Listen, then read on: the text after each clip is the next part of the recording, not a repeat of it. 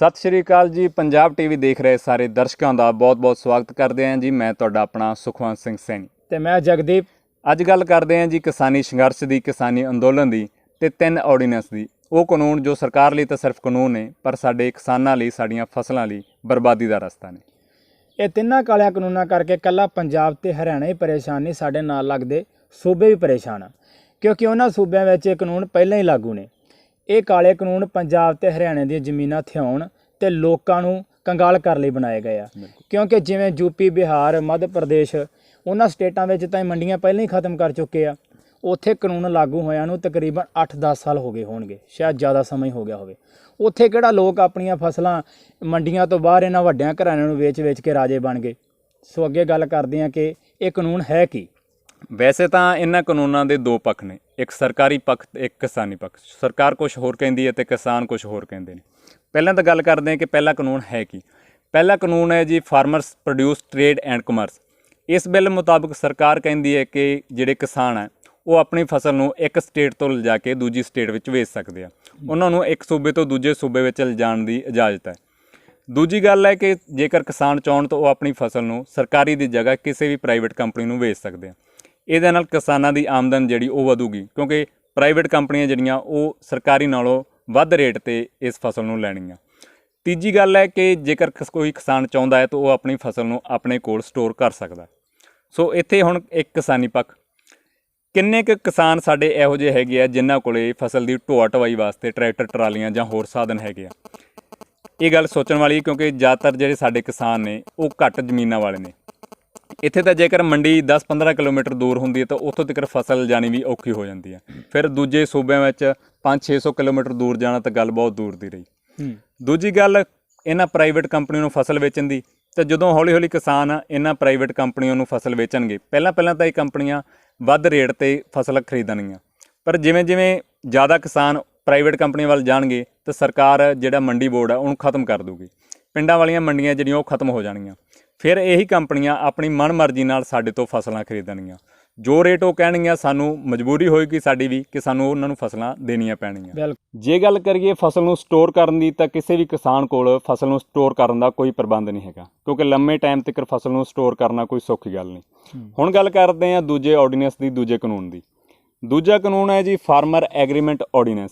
ਇਸ ਬਿੱਲ ਮੁਤਾਬਕ ਸਰਕਾਰ ਕਹਿੰਦੀ ਹੈ ਕਿ ਜੇਕਰ ਕੋਈ ਕਿਸਾਨ ਚਾਹੇ तो किसी भी प्राइवेट कंपनी नाल एग्रीमेंट करके अपनी जमीन उपर उस कंपनी लई फसल उगा सकता है।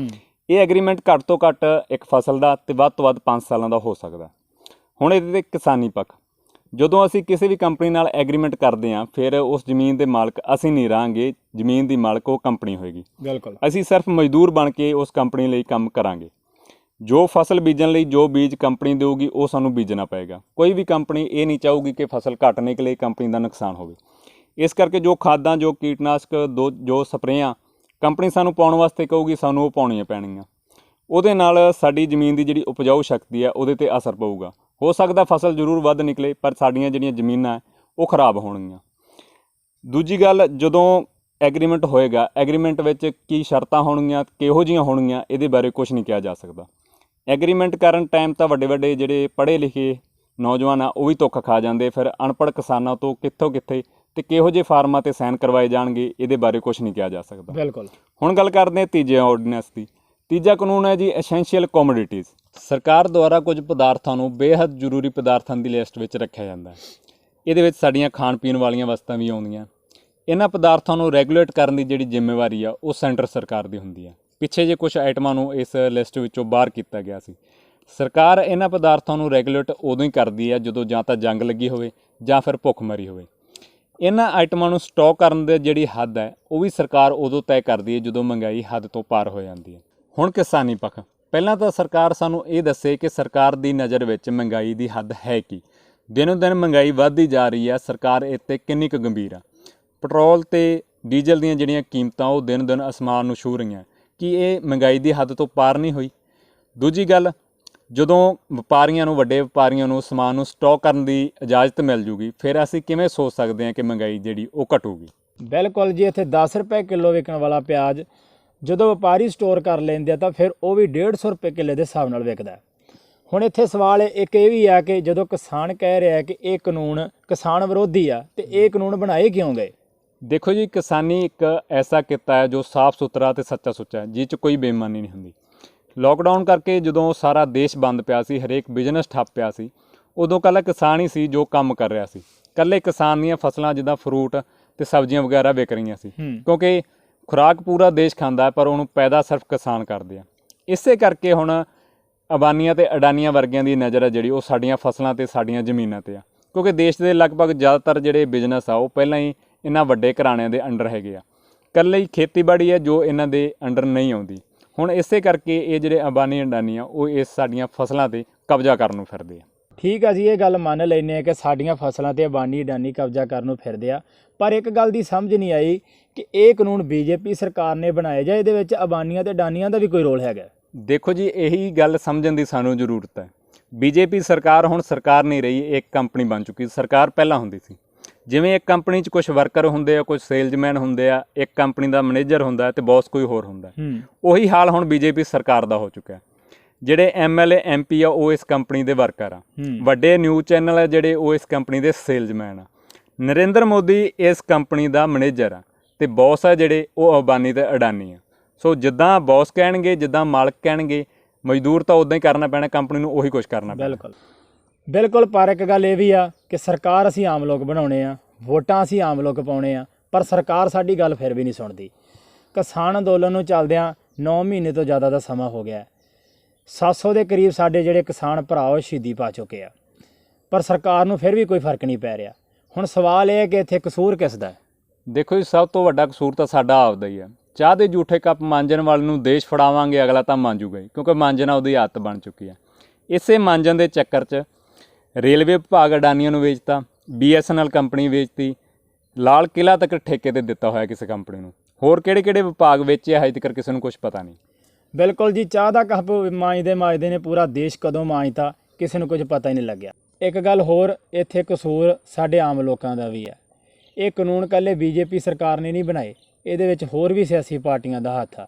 ਹੁਣ ਇਹ ਪਾਰਟੀਆਂ ਡਰਾਮੇਬਾਜ਼ੀ ਕਰਦੀਆਂ ਫਿਰਦੀਆਂ, ਆਖੇ ਅਸੀਂ ਕਿਸਾਨਾਂ ਦੇ ਨਾਲ ਆ। ਜੇ ਤੁਸੀਂ ਕਿਸਾਨਾਂ ਦੇ ਨਾਲ ਹੁੰਦੇ ਤਾਂ ਸਾਨੂੰ ਅੱਜ ਆ ਦਿਨ ਕਿਉਂ ਦੇਖਣੇ ਪੈਂਦੇ? ਪਰ ਸਾਡੇ ਲੋਕਾਂ ਨੂੰ ਸਮਝ ਪਤਾ ਨਹੀਂ ਕਦੋਂ ਆਉਣੀ ਆ। ਹਜੇ ਵੀ ਸਾਡੇ ਲੋਕ ਇਹਨਾਂ ਸਿਆਸੀ ਪਾਰਟੀਆਂ ਦੇ ਮਗਰ ਜਿੰਦਾਬਾਦ ਮੁਰਦਾਬਾਦ ਦੇ ਨਾਅਰੇ ਲਾਉਂਦੇ ਫਿਰਦੇ ਆ। ਹੁਣ ਸਵਾਲ ਇਹ ਹੈ ਕਿ ਅੱਗੇ ਹੁਣ ਕਿਸਾਨ ਕੀ ਕਰਨ? ਦੇਖੋ ਜੀ, BJP ਸਰਕਾਰ ਦੇ ਦਿਮਾਗ 'ਚ ਇਹੀ ਆ ਕਿ ਕਿਸਾਨਾਂ ਦੀ ਗੱਲ ਹੀ ਨਾ ਸੁਣੋ।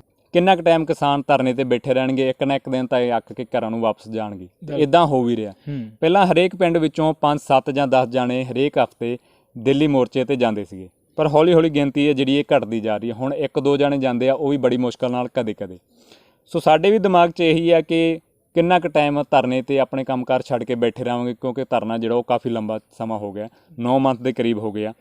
ਸੋ ਇੱਥੇ ਸਾਡਾ ਤਾਂ ਇੱਕੋ ਹੀ ਸੁਝਾਅ ਹੈ ਕਿ ਜੇਕਰ ਜ਼ਮੀਨਾਂ ਹੀ ਨਾ ਰਹਿਣਗੀਆਂ ਤੇ ਅਸੀਂ ਕੰਮ ਵੀ ਕੀ ਕਰਾਂਗੇ? ਜਦੋਂ ਸਾਰੇ ਕੰਮ ਹੀ ਪ੍ਰਾਈਵੇਟ ਹੱਥਾਂ ਵਿੱਚ ਚਲੇ ਗਏ, ਇਹਨਾਂ ਵੱਡੇ ਘਰਾਣਿਆਂ ਦੇ ਹੱਥਾਂ ਵਿੱਚ ਚਲੇ ਜਾਣਗੇ ਤਾਂ ਅਸੀਂ ਕੰਮ ਵੀ ਕੀ ਕਰਾਂਗੇ? ਸੋ ਜ਼ਰੂਰੀ ਹੈ ਕਿ ਅਸੀਂ ਵੱਧ ਤੋਂ ਵੱਧ ਇਸ ਧਰਨੇ ਵਿੱਚ, ਇਸ ਅੰਦੋਲਨ ਵਿੱਚ ਸ਼ਾਮਲ ਹੋਈਏ, ਕਿਉਂਕਿ ਹੁਣ ਤੱਕ ਦੇ ਇਤਿਹਾਸ ਵਿੱਚ ਪਹਿਲੀ ਵਾਰ ਹੋਇਆ ਇੱਕ ਸਾਰੇ ਇੰਨੇ ਲੋਕ ਇਕੱਠੇ ਹੋ ਕੇ ਜਿਹੜੇ ਸਰਕਾਰ ਖਿਲਾਫ ਖੜੇ ਹੋਏ ਆ। ਜੇਕਰ ਹੁਣ ਇਹ ਅੰਦੋਲਨ ਜਿਹੜਾ ਫੇਲ ਹੁੰਦਾ ਹੈ, ਇਸ ਟਾਈਮ ਫੇਲ ਹੁੰਦਾ ਹੈ, ਤਾਂ ਆਉਣ ਵਾਲੇ ਟਾਈਮ ਵਿੱਚ ਕਦੇ ਵੀ ਇੰਨੇ ਲੋਕ ਇਕੱਠੇ ਨਹੀਂ ਹੋਣਗੇ, ਕਦੇ ਵੀ ਕੋਈ ਸਰਕਾਰ ਖਿਲਾਫ ਖੜਾ ਨਹੀਂ ਹੋ ਸਕੂਗਾ। ਸੋ ਜ਼ਰੂਰੀ ਹੈ ਕਿ ਅਸੀਂ ਇਸ ਅੰਦੋਲਨ ਨੂੰ ਹੁੰਗਾਰਾ ਦਈਏ, ਵੱਧ ਤੋਂ ਵੱਧ ਦਿੱਲੀ ਮੋਰਚੇ ਵਿੱਚ ਪਹੁੰਚੀਏ ਤੇ ਆਪਣੀ ਹਾਜ਼ਰੀ ਲਵਾਈਏ, ਤਾਂ ਕਿ ਅੰਦੋਲਨ ਹੈ ਜਿਹੜਾ ਇਹ ਸਾਡਾ ਚੱਲਦਾ ਰਹੇ। ਇਹ ਜਿਹੜੇ 3 ਕਾਲੇ ਕਾਨੂੰਨ ਆ ਇਹਨਾਂ ਨੂੰ ਅਸੀਂ ਰੱਦ ਕਰਵਾ ਸਕੀਏ। ਸੋ ਜ਼ਰੂਰੀ ਆ ਕਿ ਅਸੀਂ ਪਾਰਟੀਬਾਜ਼ੀ ਤੋਂ ਉੱਪਰ ਉੱਠ ਕੇ ਕਿਸਾਨਾਂ ਦਾ ਸਾਥ ਦਈਏ ਤੇ ਸੰਘਰਸ਼ ਨੂੰ ਹੋਰ ਤਿੱਖਾ ਕਰੀਏ। ਸੋ ਮਿਲਦੇ ਹਾਂ ਅਗਲੇ ਐਤਵਾਰ ਇੱਕ ਨਵੇਂ ਮਸਲੇ ਦੇ ਨਾਲ। ਤਦ ਤੱਕ ਲਈ ਦਿਓ ਇਜਾਜ਼ਤ। ਧੰਨਵਾਦ।